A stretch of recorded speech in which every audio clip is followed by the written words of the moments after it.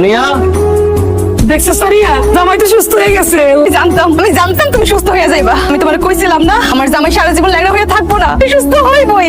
আমি দাসী রাখুনের বুদ্ধিটা দিছি দেখা সে তোমার সেবা যত্ন কইরা একদম সুস্থ করে তুলছে।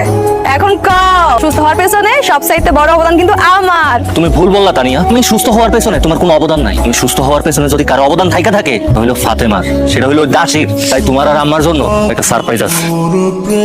দাসীর বাচ্চা, তোমার পরনে বিয়ার শাড়ি কেন? তোমার পরনে বিয়ার শাড়ি, ফাতেমারে আমি বিয়া করে আনছি। তো তুমি কি কইতেছো? আমি তোমার স্ত্রী থাকতে তুমি সামান্য একটা দাসীর বিয়ে করছো? মানুষের সুখের দিনে পাশে থাকার মানুষের অভাব হয় না। তখন আমি অ্যাক্সিডেন্ট করে অসুস্থ হয়ে গেছিলাম, ল্যাংড়া হয়ে গেছিলাম, আমি নিজে গোসলটা পর্যন্ত করতে পারতাম না। আপনার এই মাইয়া আর আমি ভালোবাসা বিয়া করছিলাম, সেই মাইয়া কখনো আমার সেবা করে নাই, আর একদিন গোসল করাইয়া দেয় নাই। আমার খারাপ সময় আমার পাশে ছিল এই ফাতেমা, আর তাই আমার আপন মানুষ হইল এই ফাতেমা।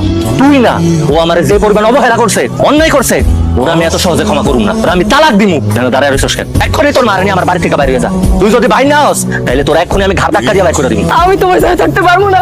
হাত স্যার, আমার কইছিলি আমি তোর কসুর স্বামী, আজকে আমি কইতাছি তুই আমার কসুর বউ। আমার বাড়ি থেকে এখন বাইর। আরে বাইরে তুমি আর তোমার মা এত রাতে আমার বাড়িতে আসছো কেন?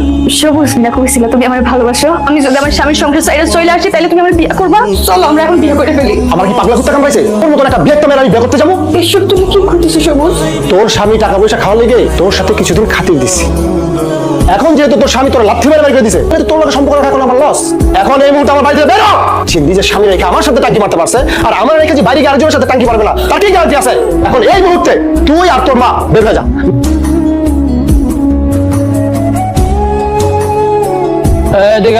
আমার এই যে হাত পা একটু টিপা দে, ব্যথা করতেছে, এই পাটা একটু টিপা দে।